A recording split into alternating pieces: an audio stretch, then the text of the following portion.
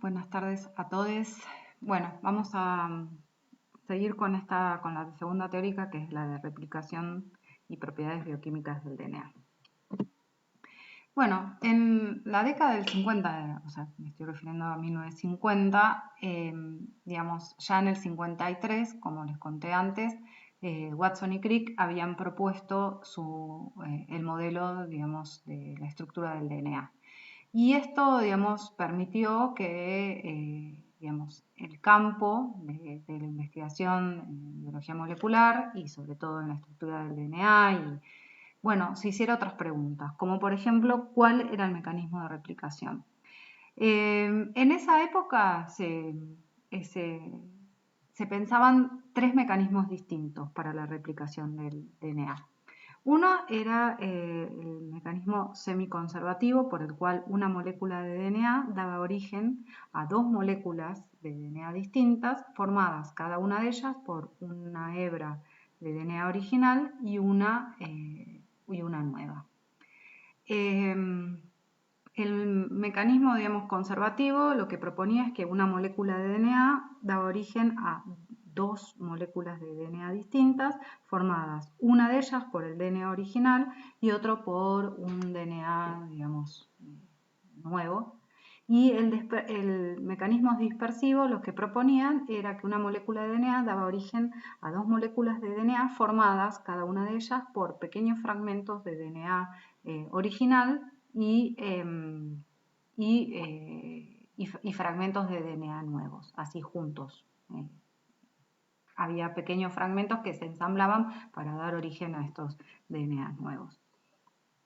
En el año 54, Mendelssohn y Stahl, dos científicos, bueno, ellos se juntaron, se asociaron para poder establecer justamente esto, ¿no? ¿Cuál era el mecanismo de replicación del DNA?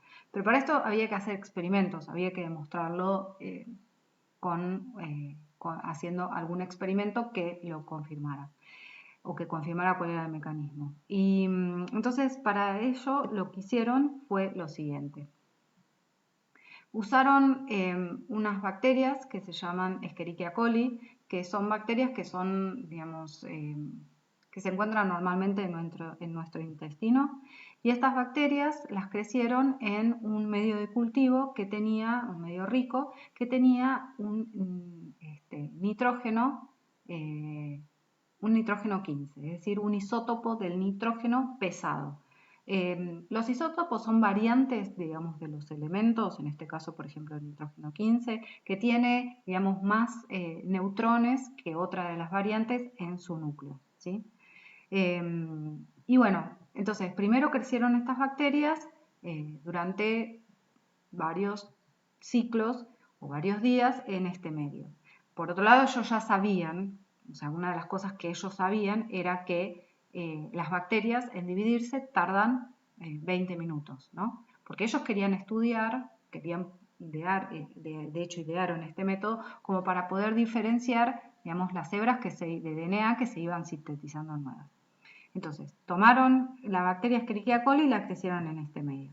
Y después, a un tiempo, en un determinado momento, pasan una alícuota de las bacterias crecidas en este medio a otro medio que tenía nitrógeno 14, o sea, un isótopo liviano, ¿sí?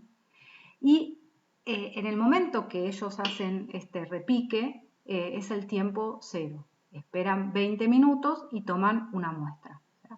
De acá, ¿sí?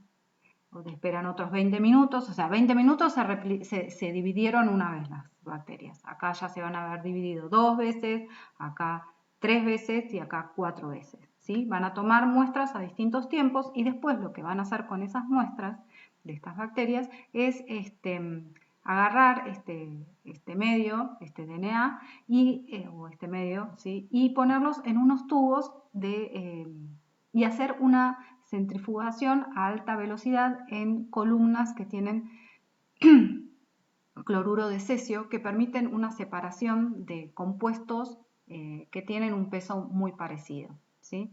Entonces, estas columnas que se pone en la muestra acá, estas columnas contienen este material inerte, después lo vamos a ver, que es cloruro de cesio, que se va a separar cuando uno lo centrifugue a mucha velocidad. Este cloruro de cesio se va a disponer en el tubo de acuerdo a su densidad, siendo, digamos, de menor a mayor, ¿sí? Y lo que va a permitir es que las otras moléculas, las moléculas de DNA marcadas, ¿sí?, se separen formando banditas, ¿sí?, por la velocidad. Entonces, más en el fondo del tubo van a estar las moléculas más pesadas y más hacia digamos, el borde del tubo, o sea, la tapa del tubo, van a estar los componentes más livianos. Entonces, bueno, ellos hicieron este experimento, fueron sacando a distintos tiempos unas muestras y las centrifugaron. Y lo que uno obtiene son estas bandas. Y ellos lo que vieron es esto, ¿sí? Entonces, al tiempo cero, en realidad esta es una muestra que ellos llaman que es de las bacterias crecidas en este medio. Y fíjense que lo único que obtuvieron fue una única banda pesada, ¿sí? Sin embargo, 20 minutos, o sea, cuando ellos pusieron este inóculo, esperaron 20 minutos y lo centrifugaron, lo que vieron es que ya tenían una banda, digamos, de una única banda, pero de menor peso. No coincidía con este peso. ¿Esto qué les estaba indicando? Que bueno, que en este tiempo las bacterias se dividieron, entonces si había un DNA original marcado con nitrógeno pesado, una banda, digamos, una de estas hebras daba origen a una hebra nueva marcada con nitrógeno liviano y lo mismo la otra, ¿sí? A ver, esta banda que ellos obtuvieron acá sugería que el mecanismo de replicación podía ser tanto semiconservativo, como yo estoy mostrando acá, o dispersivo, porque acuérdense que el dispersivo, lo que se postulaba era que las moléculas nuevas de DNA tenían pequeños fragmentos tanto del original como uno nuevo. Entonces podían ser cualquiera de las dos. Lo que ya esta banda ya les daba el indicio de que no podía ser un mecanismo conservativo, porque si hubiera sido conservativo, piensen qué les tendría que haber dado, ¿sí? Después me lo cuentan.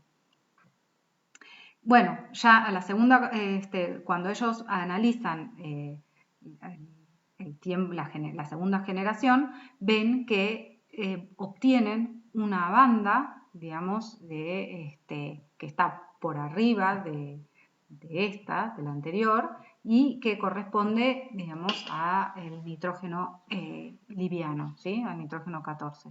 Con lo cual, digamos, esto les confirma a ellos que el mecanismo el mecanismo por el cual se estaba replicando el DNA era semiconservativo, ¿sí?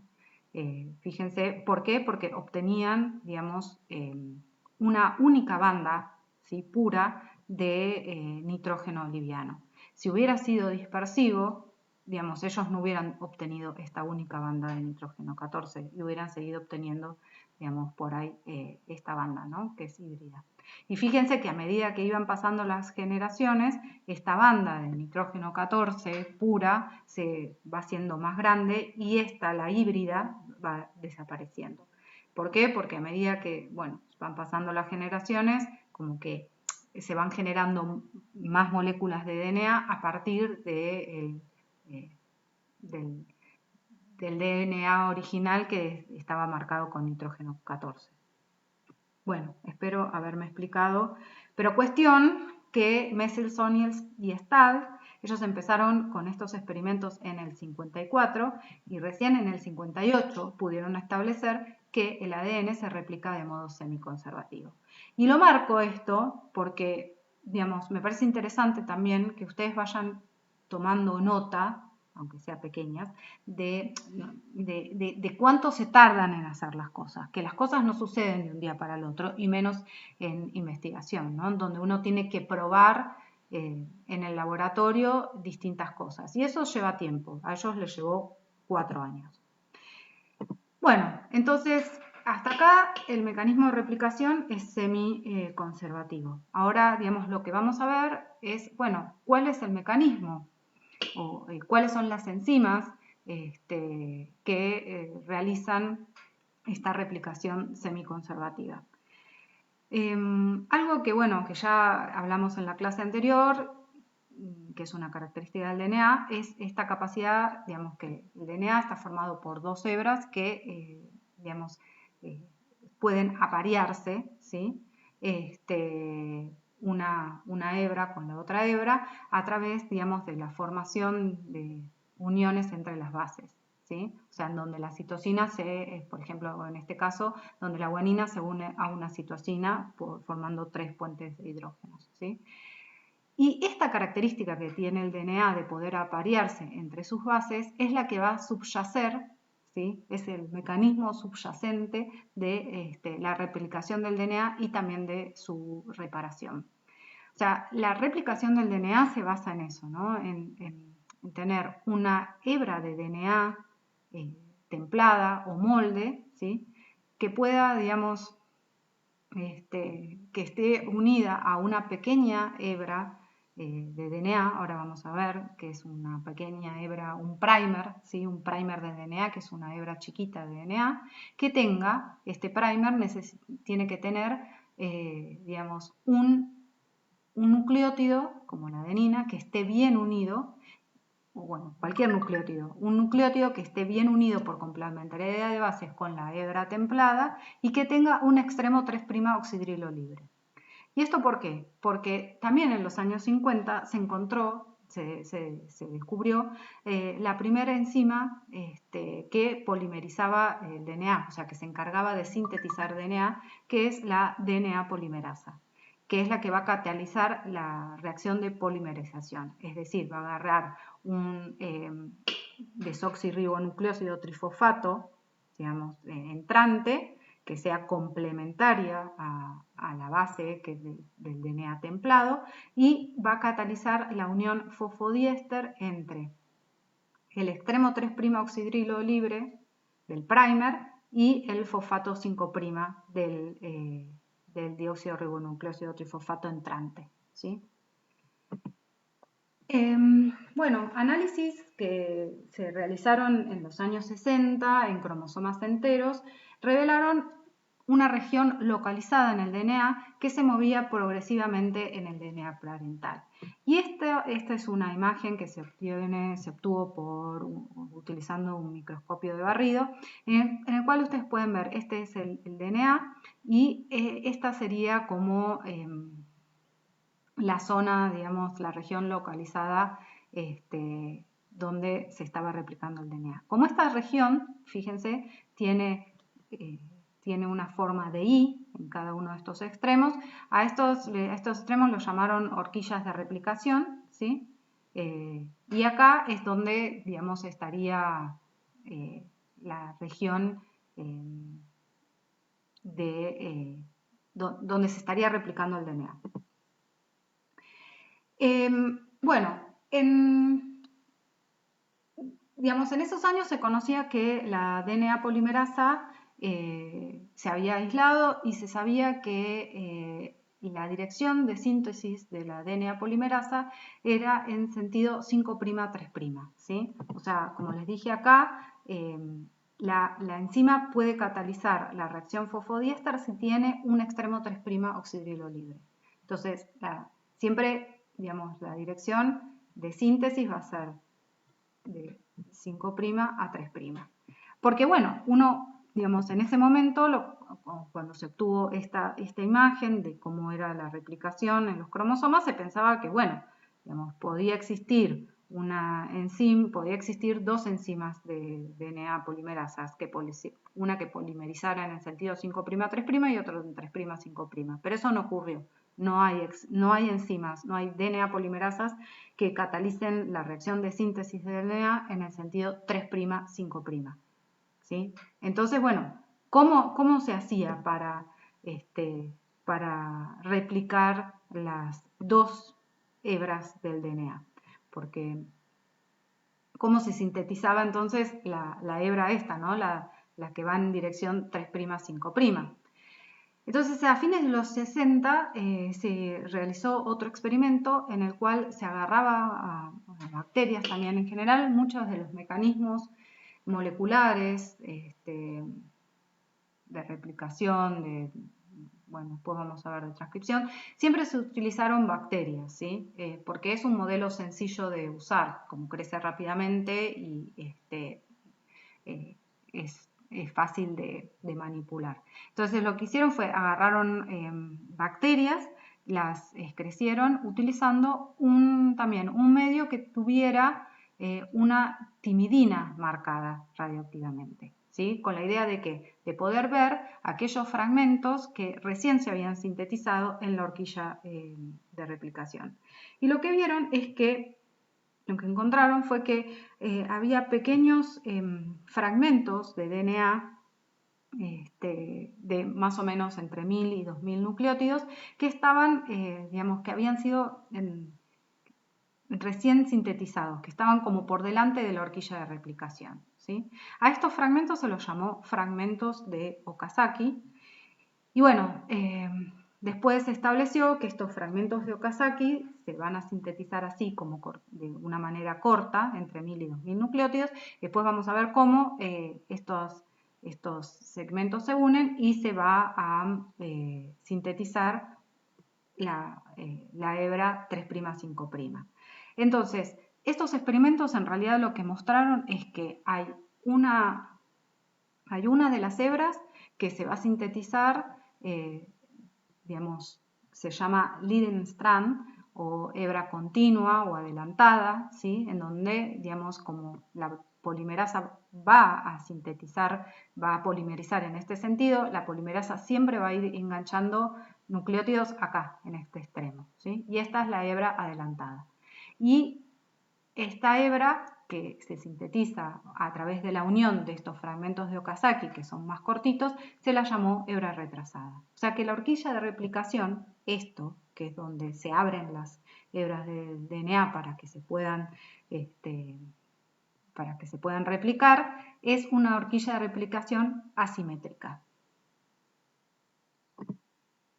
Entonces, resumiendo, de nuevo, la DNA polimerasa necesita un molde, ¿sí? Necesita una hebra de DNA templado, un molde, y necesita un primer de DNA, una hebra primer chiquita. Bueno, en realidad de DNA, bueno, ahora vamos a ver, pero necesita una hebra chiquita, ¿sí? Y necesita tener que esta hebra chiquita, que es complementaria a esta hebra molde, tenga un extremo 3' oxidrilo libre, ¿sí? ¿Para qué? Para poder catalizar la unión fosfodiéster con el deoxirribonucleósido trifosfato entrante. Ahora vamos a ver otras cosas.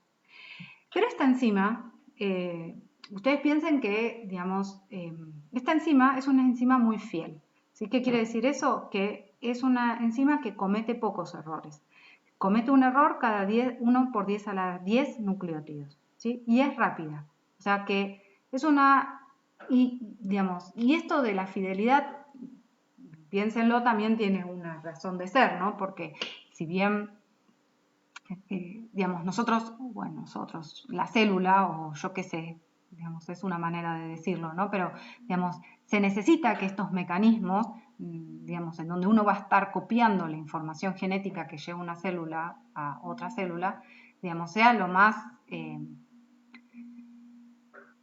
igual posible, que no se cometan errores, porque si se cometen errores, se cometen mutaciones y eso a veces puede ser favorable o desfavorable. Entonces, digamos, como a un corto plazo, o qué sé yo, para las cosas, digamos, se dan las dos cosas. Uno necesita que la información genética se replique fielmente, o sea, sin errores, pero a la vez también que ocurran algunos, como para que pueda ocurrir la evolución también. Pero eso es otro tema, lo veremos en otro momento o lo verán en evolución. Pero en principio, esta replicación del DNA es un mecanismo que está dado por una enzima que comete muy pocos errores. Y esta alta fidelidad de la replicación requiere, digamos, de varios mecanismos que que vayan chequeando que estos errores no ocurran. Y para eso la DNA polimerasa tiene dos mecanismos distintos que permiten, digamos, corregir o chequear que no ocurran estos errores. El primero es el primero de estos mecanismos es, que lo hace la DNA polimerasa, es el chequeo de la geometría exacta del par de bases que va a unir, ¿sí? Y este chequeo de errores ocurre antes de que el nucleótido entrante sea agregado, ¿sí? Y lo que ocurre es que, digamos, supónganse, acá tenemos una hebra de DNA, que es un templado, que tiene una pequeña hebra de DNA primer, que tiene un nucleótido bien apareado con un extremo libre. Y supónganse que sin querer la enzima se equivoca y en vez de poner una timina pone una citosina, ¿sí? Entonces, cuando esta unión está por ocurrir, la enzima va a chequear. ¿Y qué chequea? La enzima va, digamos, este nucleótido, el nucleótido correcto que tiene que entrar la timina, tiene mayor afinidad por la DNA polimerasa que un nucleótido incorrecto, ¿sí? ¿Por qué? Porque la DNA polimerasa tiene que sufrir un cambio conformacional antes de que pueda, digamos, ocurrir la unión covalente. Entonces, cuando se une un nucleótido que no es el correcto, este cambio conformacional no puede ocurrir, con lo cual, digamos, ahí ya hay como una señal de alarma que le está diciendo a la enzima, no, este no es el correcto, y se elimina ese nucleótido, ¿sí? Y ese chequeo es antes de que ocurra la unión covalente de este nucleótido que está entrando a la cadena naciente. Pero bueno, digamos, todo puede fallar y a veces las cosas fallan. Entonces pónganle que este nucleótido que no tiene que entrar, entra. La enzima, la DNA polimerasa, tiene una actividad que se llama actividad de exonucleasa 3'-5', que va a ocurrir inmediatamente después que la unión covalente se produjo, ¿sí? O sea, este nucleótido se unió covalentemente con el nucleótido anterior. Bueno, la enzima polimerasa con su actividad 3'-5', ¿sí? Va a eliminar este nucleótido incorrecto y va a dejar va a dejar otra vez y esta actividad exonucleasa puede ser que saque a veces se comete el error de agregar solo un nucleótido, pero pónganle que ocurre que se agregaron un par de nucleótidos incorrectos. Bueno, con esta enzima, con esta actividad exonucleasa, la enzima puede sacar todos los nucleótidos incorrectos hasta, digamos, obtener hasta llegar digamos, a que haya un nucleótido que esté bien apareado y que tenga el extremo 3' oxidrilo libre. O sea que por eso, digamos, es un requisito tan importante, digamos, el tener este 3' oxidrilo libre, porque la enzima lo necesita para, digamos, no solo poder catalizar bien la reacción de polimerización, sino también para chequear de errores que puedan ocurrir. Y que eso es muy beneficioso, digamos, para la fidelidad que tiene este mecanismo de replicación. Sin embargo, bueno, estas dos cosas pueden fallar, porque pueden fallar, y bueno, la célula va a tiene además otros mecanismos que le van a poder permitir corregir errores, que después lo vamos a ver, que se llama Strand Direct Mismatch Repair, que bueno, también, digamos, va a operar en el sentido de bajar la cantidad de errores que se produzcan durante la replicación del DNA.